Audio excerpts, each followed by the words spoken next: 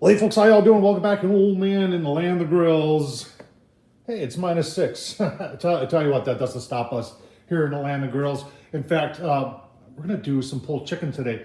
I got two that I'm gonna spatchcock, and we have not tried the Z-Grills in really cold weather yet. So, and I don't have a thermal blanket for this. Now, a lot of people like to use a welding blanket. I do have a blanket for my Camp Chef, though I don't think it's gonna fit there. Z-Grills does offer that as an accessory, but we've got the pellet hopper almost all the way full today. So we're gonna fire this up outside in the minus cold.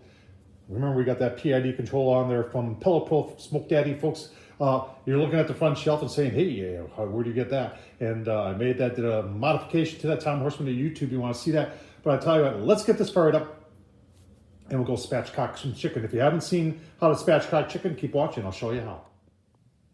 All right, I got one of the birds. These are about 5-pounders. Got one of them already spatchcocked and washed. And remember, you're dealing with raw chicken here, so you want to wash your hands real good too.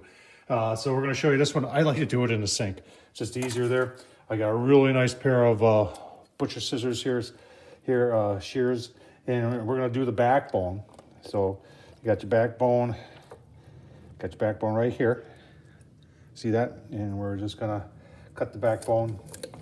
We're going to cut the backbone out. You can just cut it a little way, cut it and leave it in, but I prefer to take it out, and that's it right there. And we're going to turn it around. Like I said, spatchcocking is a super easy thing to do. And then you can use this backbone if you want to make chicken stock or something else out of it. And we're going to take a lot of this fat that's in there too. Now the next step is take a knife, and you've got the cartilage right here, and you just want to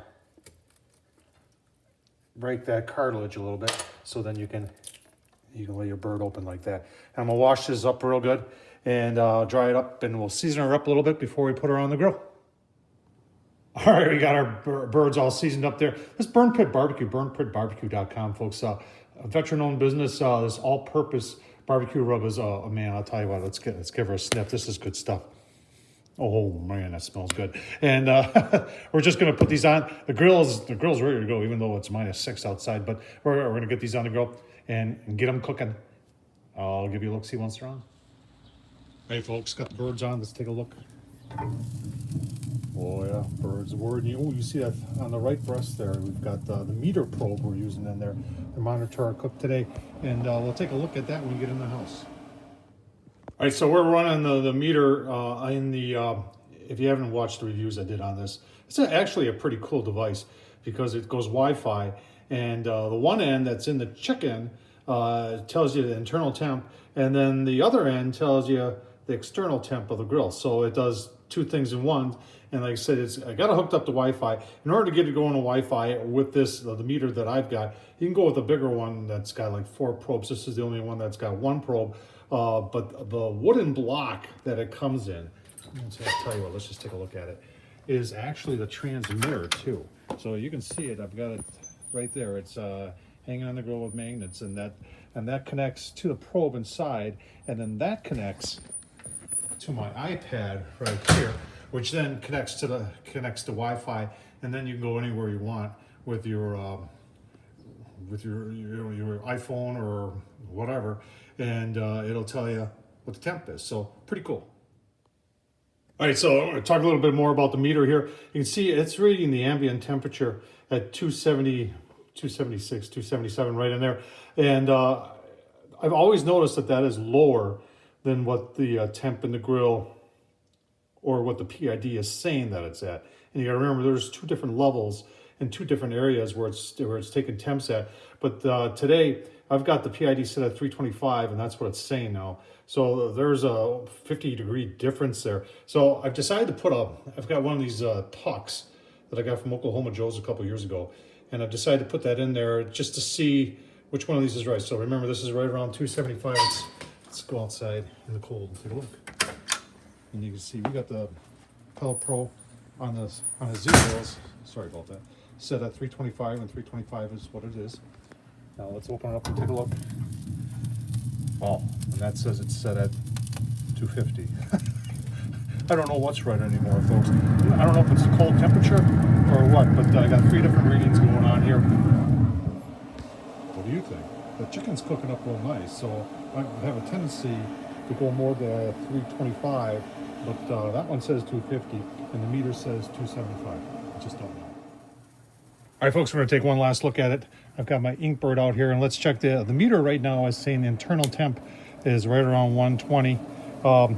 Our external temperatures, I can kind of explain this more to you. You can see our external on the Oklahoma Joe's there is saying 275, which is really close to what the meter is saying. So let's take a look here.